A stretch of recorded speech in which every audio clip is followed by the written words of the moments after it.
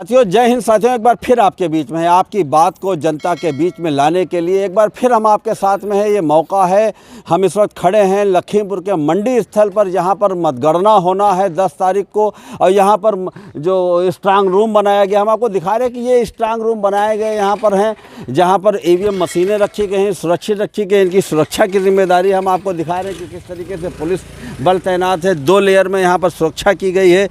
बाहर आप देख रहे हैं कि यूपी पुलिस के लोग हैं, इसके अंदर सीआरपीएफ के और जो सेना के जवान हैं, वो कहीं ना कहीं इनकी कोशिश ये है कि ईवीएम तक कोई परिंदा भी पर ना मार सके। लेकिन इसके बावजूद विपक्ष है कि लगातार आरोप लगाता जा रहा है, और न सिर्फ आरोप लगा रहा है कि कहीं ऐसा तो नहीं कि ईवीएम में को बदलने की कोशिश की जा रही है, बल्कि हम आपको दिखा रहे हैं कि विपक्ष को सिर्फ आरोप ही नहीं, उसको यकीन नहीं है। और यही वजह है कि जो यहाँ पर स्ट्रांग रूम की निगरानी करता स्थल बनाया गया था, वहाँ पर विभिन्न पार्टियों के लोग यहाँ पर मौजूद हैं। ये यहाँ पर 24 घंटे रहते हैं और 24 घंटे रहकर यहाँ पर ईवीएम की निगरानी कर रहे हैं। हम आपको और नज़दीक से दिखाएंगे कि किस यहाँ पर बिस्तर लगे हुए हैं। ये लोग यहाँ पर अपने बिस्तरों पर रात में लेटते हैं, और किस्त बाई यहाँ पर एक अलग से ग्रुप वाई है, ये लोग यहाँ पर निगरानी कर रहे हैं। अगर यहाँ पर स्ट्रांग रूम की बात करें तो यहाँ पर 12 स्ट्रांग रूम बनाए गए हैं। 65 प्रत्याशियों का भविष्य उसी ईवीएम में कैद है। इसके लिए यहाँ पर 10 तारीख को जो मतगणना होगी, उसके लिए बाकायदा 14 टेबलें हर विधानसभा क्षेत्र की बनाई जाएंगी। यहाँ पर 625 कर्मचारी तैनात किए गए हैं। इसके लिए हम आपको इन लोगों से बात करते हैं कि आखिर ये सिक्योरिटी भी देख रहे हैं कि पुलिस भी यहाँ पर मौजूद है, उसके बावजूद आखिर इनको स्ट्रांग रूम के बाहर निगरानी की क्या ज़रूरत पड़ी? क्या इनको सरकार पर यकीन नहीं है? जो चुनाव आयोग ये चुनाव संपन्न करा रहा है, क्या उस पर शक कर रहे हैं? इनके मन में क्या? हम इनसे बात करते हैं। बताइए, आखिर मन में क्या? इधर आ जाइए थोड़ा, आप लोग बताइए क्या मन में है आपके, क्या लगता है कि? हम जनता के प्यार की रखवाली कर रहे हैं। हमको जो प्रत्याशियों को जनता ने जिता के भेजा है, तो भाजपा पे किसी को अब भरोसा तो रह नहीं गया। भरोसा तो बीजेपी वालों ने बातें करके झूठ बोल के हटा दिया। हमारे जवान भी लगे हैं, पुलिस प्रशासन भी लगा है, उन पे हमें पूरा भरोसा है। हमारे प्रदेश की सिक्योरिटी है, लेकिन उनका साथ हम लोग भी दे रहे हैं। तो इसलिए हम लोगों को पूर्णता है कि अपने प्यार को जीत में बदलना है, तो इसलिए हम लोग रखवाली कर रहे हैं। लेकिन हमें मौजूदा सरकार पे और सेंट्रल सरकार पे बिल्कुल भरोसा नहीं, क्योंकि वो झूठ बोलने में बड़ी मास्टर है।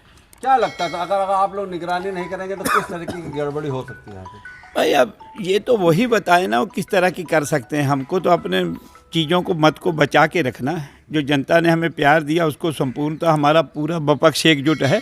सब लोग हम लोग मिल के निगरानी कर रहे हैं। कितने लोगों का ग्रुप आप बना के यहाँ पे निगरानी कितने घंटे? हर प्रत्याशी के 3 आदमी हैं, 8 घंटे की ड्यूटी लगी है कंटिन्यू, और हम लोग सब मिल के बचा रहे हैं। और प्रशासन पे भी भरोसा, प्रशासन हमको पूरा कोऑपरेट करता है। जब भी हम लोग कहते हैं हमको जाके ताले दिखाता है, साथ हमारे जाता है, पूरा साथ संयोग दे रहा हमें प्रशासन। आप किस पार्टी से, किस विधायक से संबंधित रखते हैं? हम पलिया से कक्कू भाई साहब। हाँ जी, समाजवादी पार्टी के। हाँ, बाकी हम किसान यूनियन की तरफ से हैं। जो राकेश टिकैत साहब जी ने कहा है कि वोटर को बचा के रखना है, और सबको हम तो वहन करते हैं कि 9 तारीख को पूरे उत्तर प्रदेश की जनता सड़कों पे आके अपने जहाँ भी मंडियाँ हैं वहाँ पर कम से कम 10-10 हज़ार 20-20 हज़ार की गिनती से बैठे, क्योंकि ये सरकार पे भरोसा। आप किसान समुदाय से हैं। 3 अक्टूबर की जो घटना हुई थी यहाँ पर, उसको किस तरीके से आप कहेंगे? आप इस चुनाव के परिदृश्य से कैसे देखते? आपका मीडिया वाला भाई भी एक उसमें रौंदा गया था। बड़ी अफसोसजनक घटना, उसी घटनाओं से और उन घटनाओं से जो इन्होंने कर्म किए हैं, उन्हीं से तो विश्वास खत्म हुआ कि जो कातिल है वो बाहर है और जो मरे हैं वो जेल में हैं। बस उन्हीं चीज़ों से तो सारा विश्वास उठ गया है। क्या लगता है 10 तारीख को क्या रिजल्ट निकल कर आएंगे? अखिलेश जी पूरे बहुमत के साथ 300 के पार जाएंगे, और पूरे बहुमत के साथ पूरे उत्तर प्रदेश की जनता का और पूरे समाज का मुख्यमंत्री बनेगा। सुरक्षा मजबूत रखे हैं? सुरक्षा तो भाई रखना, किसी के प्यार को बचाना जिम्मेदारी है। जो जनता ने मत दिया, इतना कीमती मत प्रदेश की जनता ने दिया है और भाजपा के खिलाफ दिया है, तो उसको बचा के रखना तो हमारे सभी विपक्ष वाले भिड़े पड़े हैं, रखना है ना। जो प्यार इनको लगता है कि दिया है जनता ने, उसको ये बचाने के लिए यहाँ पर मौजूद है। आप बताइए, आप क्या कहना चाह रहे हैं? सर, कहना हम ये चाह रहे हैं, क्योंकि मौजूदा गवर्नमेंट से लोगों का विश्वास उठ चुका है, और जो हमारा प्रशासन है वो हम नहीं ये कहेंगे कि हमारा साथ दे रहा है। हम समाजवादी से हैं, और प्रशासन का अच्छा खासा दबाव बना है हर पार्टी के ऊपर, और भाजपा तो सिर्फ है ही है। और साथ में ये इधर आप कैमरा घुमाइए जरा भाई साहब, ये आम मुर्गी फार्म की तरह हम लोग रात में इसमें बंद हो जाते हैं। अगर हमको हेलो इधर भी घुमाइए, और अगर हमको अंदर जाना है तो अपना 10-15 मिनट इस पे लिखते जा करके हैं, पढ़ते हैं उसको, फिर पूरी इंक्वायरी होती है, तब अंदर पेशाब दिया जाता तो है। ये तो सिक्योरिटी इसका मतलब ये मानते हैं कि सिक्योरिटी टाइट है यहाँ पे। सिक्योरिटी बहुत यहाँ की कमजोर है, हम लोगों की सिक्योरिटी टाइट है, प्रशासन की। प्रशासन चूंकि जिम्मेदारी लिए है तो प्रशासन प्रशासन की की सिक्योरिटी सिक्योरिटी टाइट होना ही चाहिए। आप बताइए, नौजवान मिनट, है, एक मिनट। आप नौजवान हैं, आप बताइए कि क्या लगता है कि आप ड्यूटी कर रहे हैं तो यहाँ ईवीएम की सुरक्षा कर पाएंगे? जी बिल्कुल करेंगे। जब मैं ड्यूटी करने भेजी हम ड्यूटी करेंगे। किसने भेजा आपको? आप सुन को लालापुर विधायक कस्ता समाजवादी पार्टी से। से। क्या लगता है ये 10 तारीख को कैसा रिजल्ट आएगा? 10 तारीख को हमारे माननीय अखिलेश यादव सीएम बनकर रहेंगे। नौजवान हैं आप, जी लगता है नौजवानों ने अखिलेश जी का साथ दिया है? जी बिल्कुल दिया है। हैं? जी दिया है। जी बिल्कुल। आप बताइए, आपका क्या नाम? शशिकांत वर्मा। शशिकांत जी बताइए, क्या लगता है कि आज ईवीएम की सुरक्षा करने की जरूरत क्यों आखिर पड़ी? क्योंकि जी, ये सवाल है, ये जब तो प्रशासन की जिम्मेदारी है, चुनाव आयोग की जिम्मेदारी है कि ईवीएम को सुरक्षित रखे, तो क्या लगता है? बस यही है, जनता का भरोसा उन पे नहीं रहा। अगर ऐसा होता तो हम लोग यहाँ नहीं भटकते, अपने घरों में आराम से बैठे होते। लेकिन जहाँ संदेह देखने में आया है, आपने भी देखा है, चूँकि गलती हम कर नहीं सकते हैं, बचा के रखना है 10 तारीख तक, बस उसके बाद समाजवादी पार्टी से। जी। यहाँ पे देखिए, बहुजन समाज पार्टी के लोग, हम इनसे भी बात करते हैं कि बीएसपी इस पूरे चुनाव में जिस तरीके से मैदान में आई और जिस तरीके से यहाँ लखीमपुर में, पहले आप बताइए क्या नाम है आपका? रामनरेश सुमन नाम मेरा है। सुमन जी बताइए, क्या आज ये ईवीएम की हिफाजत की जिम्मेदारी आप लोगों को क्यों लेनी थी? ऐसा है, पिछली बार भी चुनाव में हम लोगों की जिम्मेदारी थी यहाँ ईवीएम बचाने की, और इस बार कई ज़िलों में वीवीपैट की जो पर्चियाँ पाई गई हैं उनसे मामला कहीं ना कहीं संदिग्ध लगता है।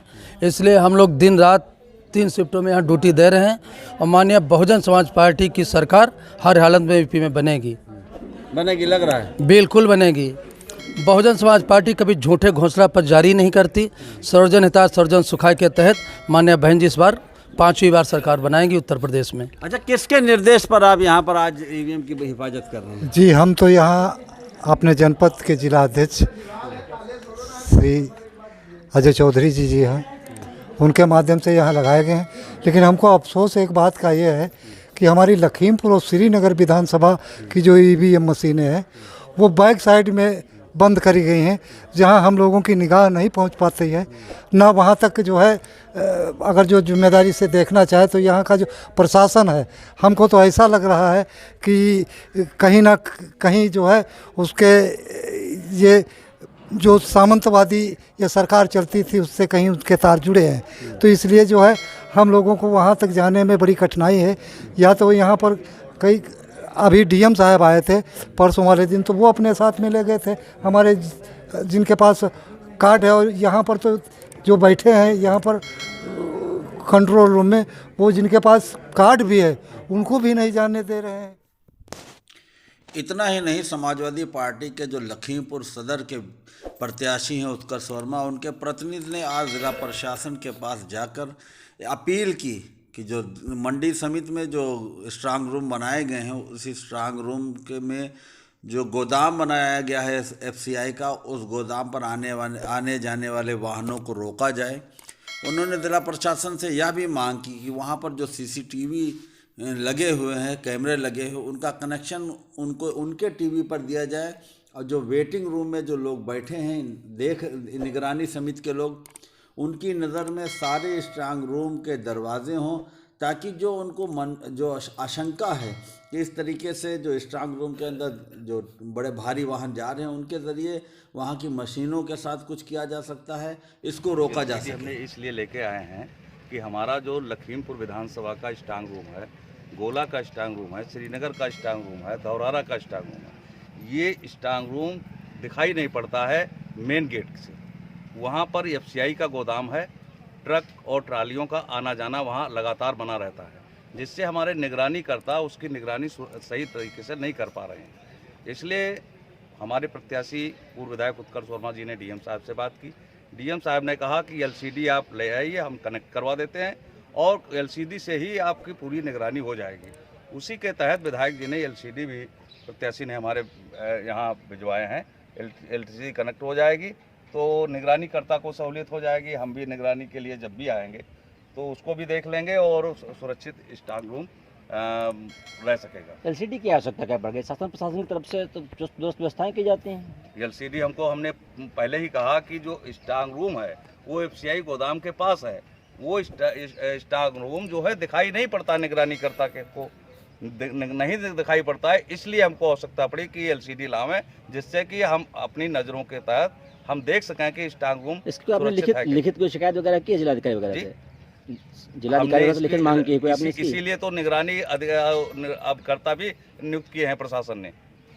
निगरानी करता इसीलिए प्रयुक्त किया कि हम अपने स्ट्रांग रूम की सुरक्षा कर सकें, और सुरक्षा का वो स्ट्रांग रूम दिखाई नहीं देता है। तब हम लोगों ने डीएम अपने आरओ से कहा, आरओ ने कहा डीएम साहब से बताइए, तब डीएम साहब ने एलसीडी। कहीं ना कहीं प्रशासन पर ये सवाल खड़ा कर रहे हैं और एक तरफ दूसरी तरफ ये भी कह रहे हैं कि जिलाधिकारी ने आकर इनको दिखाया था। देखिए ये वो टेबलें लगाई जा रही हैं, जिन टेबलों पर मतदान होना है उसको सजाया संवारा जा रहा है।